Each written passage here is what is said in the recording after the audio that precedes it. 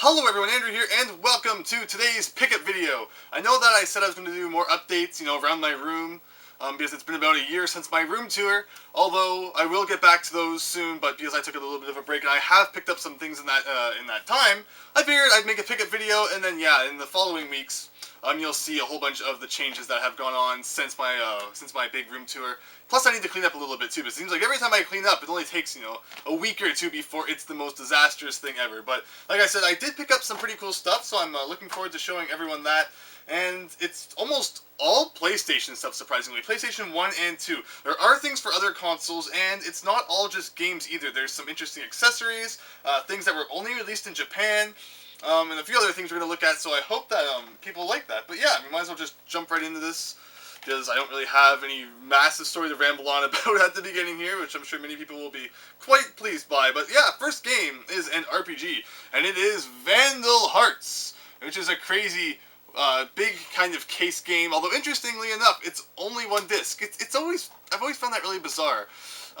When games do that, when they're only one disc, they only have one disc, but yet the case is almost as if there should be two. I guess maybe because, the instruction book's bigger than like an average instruction book or something like that, so it needs the, the extra room. I'm not entirely sure what the reason for that is, but yeah, Vandal Hearts by Konami, and it is complete here.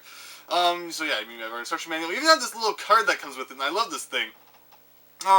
As a whole, it has contact information, customer support. If you feel stuck in the game or just need a boost, don't worry. You can call the Konami Game Hint and Tip line for help on this software and all the fine all the fine Konami products. So Konami Game Hint and Tip line is at this number: 95 cents per minute charge, $1.25 per minute support from a game counselor, touch tone phone required, and minors must have parental permission before dialing. And hints are available 24 hours a day, but live support is only Monday to Friday at 8 a.m. to 4:30 p.m. Pacific.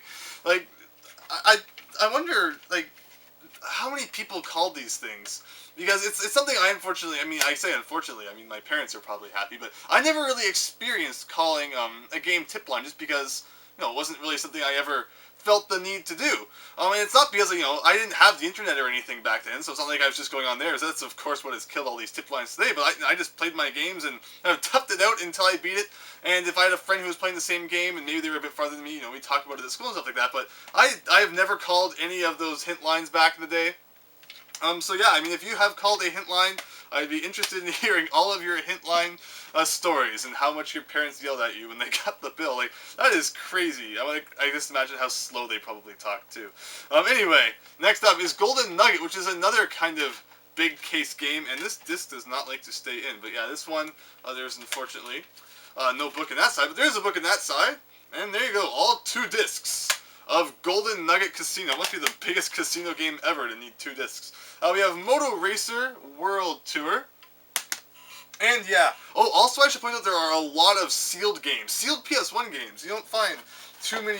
You find a few sealed PS1 and PS2 games, but they're usually sports games. There's actually some pretty cool sealed games here.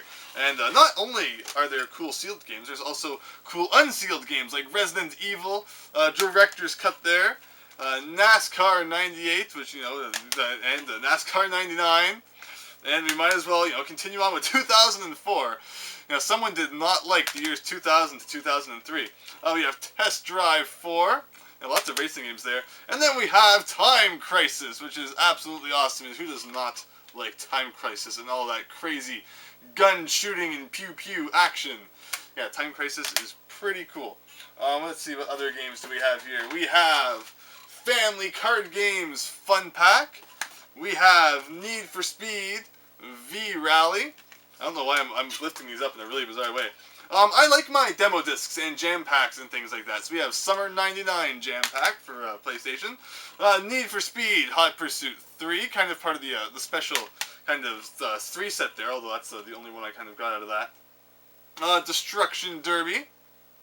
Or actually, I lied, because I'm not entirely sure. It might not have just been, a Need for Speed specific pack. Like there's, I believe there's, a Grand Theft Auto specific pack, and also, a 007 one. But maybe the NASCAR Rumble came with that Need for Speed, since they're both racing games. I'll need to look that up. I don't know everything about PlayStation, surprisingly. We have Cardinal Sin. We have Road Rash.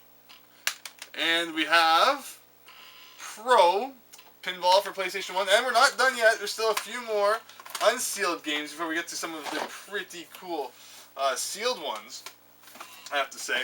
Alright, we have another stack here. We have Jammer Lammy, or Jammer Lammy, Jammer Lamy. It looks like a crazy music thing like Parappa the Rapper, and it should be definitely very interesting to try out, because I just picked this up, like, just before making this video, pretty much. So yeah, that looks like it's going to be pretty cool. I don't know too much about that game. We have Grand Theft Auto. We have Sled Storm, another one of those collector's edition ones. We have Namco Museum Volume 3. Yeah, you know, like, it's really funny because there were a whole bunch of different volumes of 4 games each for the PS1.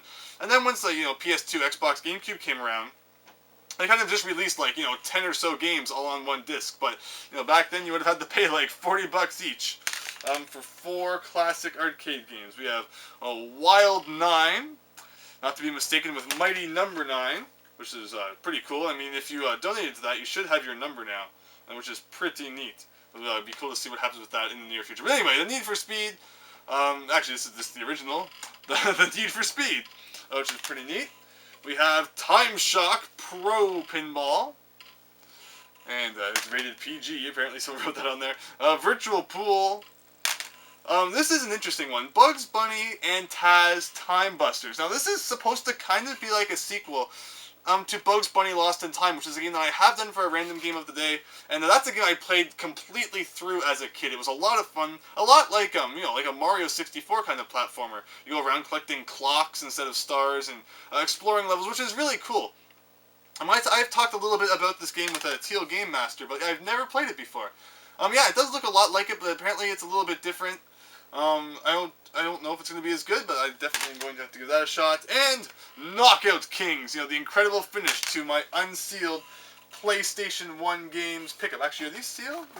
Yes, these are sealed. So yes, we have a whole bunch of sealed PlayStation 1 and PlayStation 2 games to get to. Actually, there's only 2 sealed PlayStation 2 games, and then some unsealed PlayStation 2 games.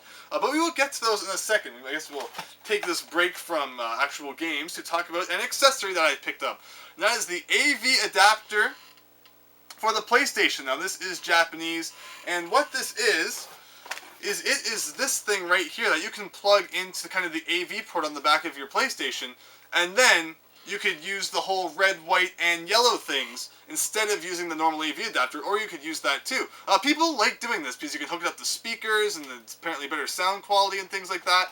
But yeah, the funny thing is that PlayStations, some of them have that built into the back already, the red, white, and yellow ports. And these PlayStations are usually pretty sought after because they're usually not super easy to find.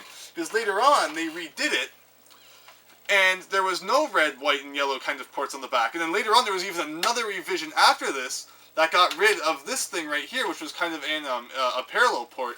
And you could use your Game Shark and all that with there's the Game Shark and Action Replay, a whole bunch of things that you could plug into there.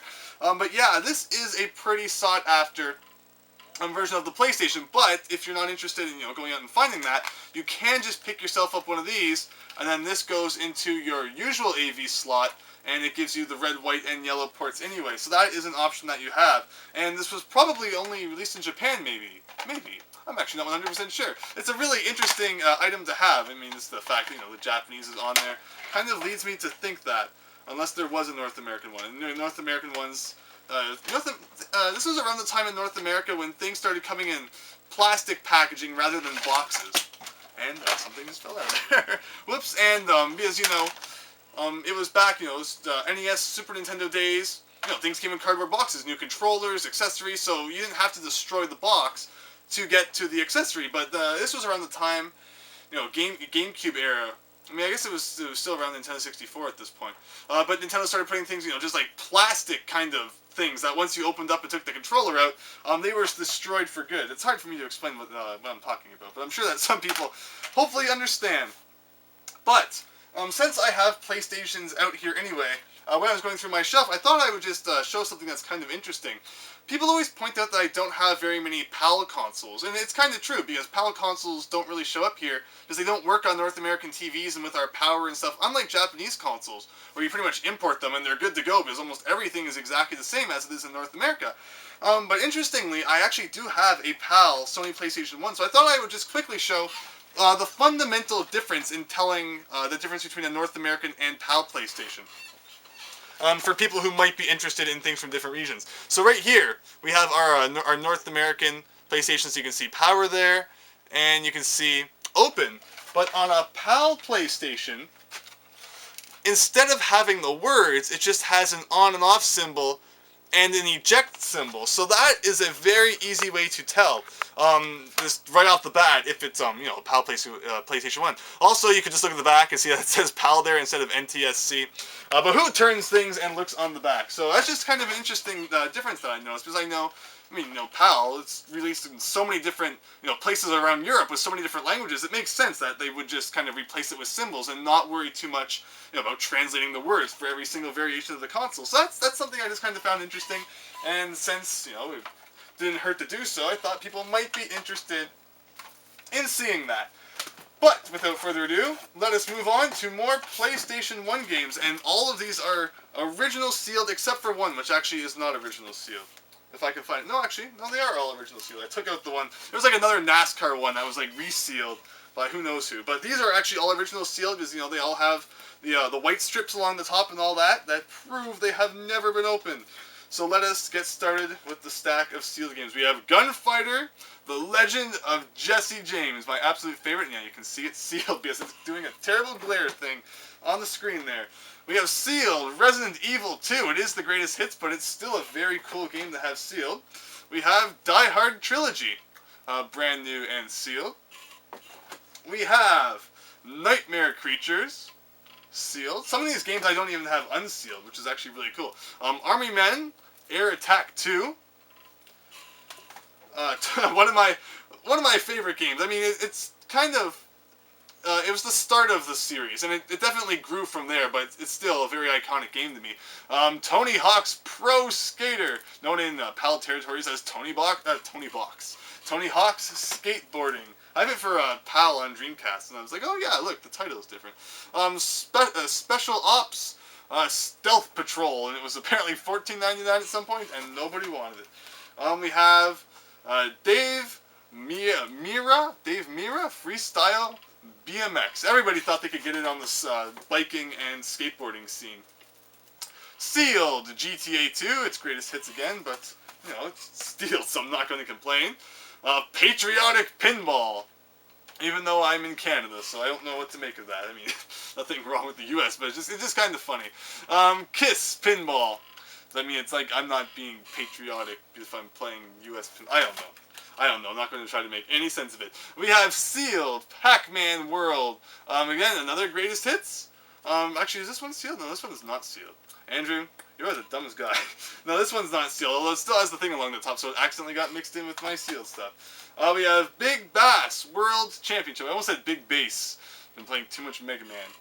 You know, drop the bass. And we have Xena Warrior Princess sealed. Yeah, so yeah, all of those were sealed except for Pac-Man, because Andrew's a liar. But yeah, it was just really bizarre to come across sealed PlayStation 1 games. I mean, sealed anything, I always get really excited about it, unless it's, you know, it's current gen or last gen. But, you know, things, especially PlayStation 1, that's really neat. And yeah, I was very happy to add those. And like I said, there are actually a couple of PlayStation 2 games sealed as well. But before we get on to those, let us talk about another accessory. Exhibit B here. This is actually quite interesting, and I don't really know too much about it because it's something I've never really done research on, because it was never released in North America, and it doesn't really have a supermassive use in North America. I believe it works with one game, but anyway, I might as well show what it is. That is the PocketStation, a crazy memory card for the PlayStation 1 with a screen on it, much like the VMU on the Dreamcast, and even has a nice wrist strap here that actually says PocketStation on it. But yes, you lift this up, and you can plug it into your PlayStation 1, and you can put data for your games on it, and they're apparently just like, the Chow Garden from Sonic Adventure, and you can put it on your VMU and take it around with you. There's things that you can do that with on here. Apparently, the only North American game that it works with is Final Fantasy VIII, and I'm not entirely 100% sure what it's compatible with inside of that game. But it did have a few other games it worked with in Japan, but Final Fantasy VIII was the only one it's actually compatible with here if you manage to import a PocketStation from Japan. Otherwise, all the support was dropped in the other games because the PocketStation was never released outside of Japan. But yeah, you see you have 4 buttons there and the big button. And just like the VMU, the battery dies like crazy, so I have not had the opportunity to change it yet. But that's just another really interesting thing. I've always wanted the PocketStation, even though, it's probably not going to get the most use, but I'm definitely going to have to, try it out and, play some Final Fantasy VIII and see just how all of this crazy stuff works. But it's just another interesting thing that never came to North America. That's the thing. I mean, things come out in Japan, and that's usually like the testing market for it. And if it doesn't do super well, then it won't come here. And yeah, there's actually a lot of things like that. Like the Famicom Disk System and all that. Not that we really needed the Famicom Disk System. It was almost just kind of a money-grabbing thing. Not really. I mean, it was cheaper for them to make the discs, but then piracy was also rampant too. Not that cartridge piracy on the Famicom wasn't already rampant. The Famicom had lots of problems, but that's kind of what makes it such an interesting system to me, just because of all the weird things that go on with the Famicom and its games. But anyway, before we move on to more games, one more thing we're going to look at. This is the PS1 Mini with the attachable screen, and it is in super nice condition. It hasn't even had the plastic removed from it yet. This is significant because I only have one of these, and it's in the box. But I don't really want to have to take it out of the box every time. So picking up another one was pretty cool, especially in such nice shape. I picked up the whole thing together, and it just does not drop. It all looks really, really, really nice. So I was very happy about that. Now, actually, one more thing before we move on to PlayStation 2, and it's a Sega Genesis game in here. Because Sega is a thing. Actually, there's one more Sega thing that I will show after the PS2 games. Felios. If that is how you correctly pronounce that. It is a game in a case, and it looks like a shoot-'em-up. And people will know that I absolutely love shoot-'em-ups. Unfortunately, there's a little bit of label damage, which is really a massive shame. But I mean, shoot-'em-ups are awesome, and just getting my hands on it at all makes me quite happy. And at some point, it was $19.99 at a store, but that is not what I paid for it. Okay, moving on to PS2, and then the kind of grand finale, which is it's cool. But I mean, it's grand finale might be exaggerating a little bit. Next thing up is Xena Cabalista City Skater. Now it looks a lot like Jet Grind Radio. Of course, the art style and all that, with the whole graffiti thing going on. I will zoom in on this one because my camera is a thing. Unfortunately, it didn't come with it. There was like a skateboard thing that went on top of the 2 thumbsticks. And then you use that to play the game. So yeah, that is actually kind of an interesting idea. Unfortunately, it did not come with this, supposed skateboard accessory, but I will keep an eye out for it, even though it's probably super obscure, because I'm sure they all got lost like heck. Because just, such a little thing to lose. Next up is Smuggler's Run 2. I had no idea that there was actually a sequel to Smuggler's Run until I saw this, so I was kind of interested in picking that up. Myst 3 Exile, the series that has been ported to everything. I mean, at least the first one has. I mean, it's like ported to the DS, and then it gets ported to 3DS, and on the back it's like, oh, all these new features. But even though, what can you do to Myst that hasn't been done to it a million times? I think it's like Dragon's Lair or something like that has the award for being ported to the most things, I think. But Myst has to be a close second. Myst is just on everything. And Wallace and Gromit and Project Zoo. People might remember I tried out this game. I mean, I've actually played through it, and it's actually a fantastic game. But I did do it on video once when I did the GameCube preview disc, and there was a demo of this on there. And it is actually a really fun game. I only had it for GameCube and not PS2, so I was happy to pick that up.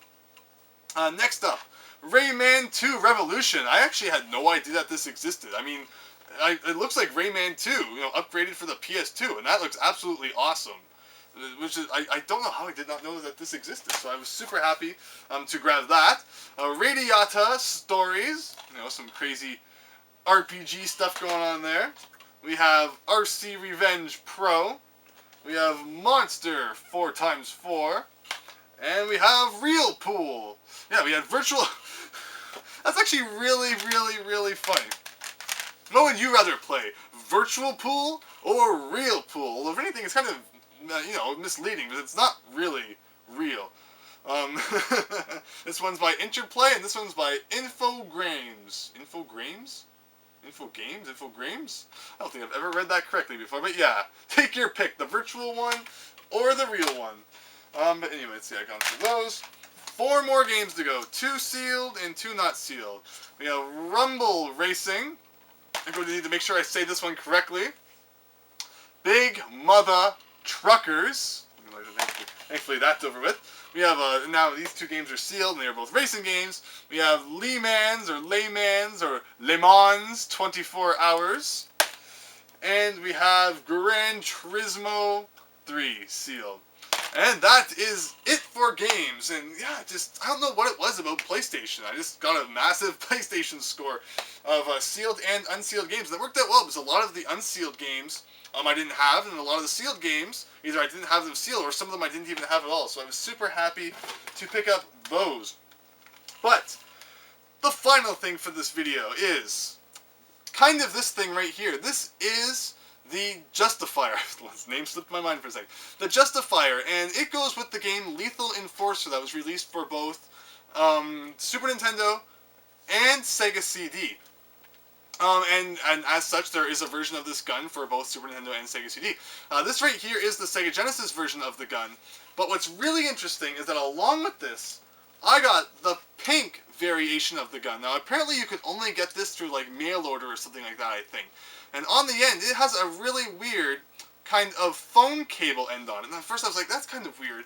But what happens is, if you want to play 2-player, you have to use the blue one for first player, and then on the bottom there's a port for you to plug the second controller in, just like that.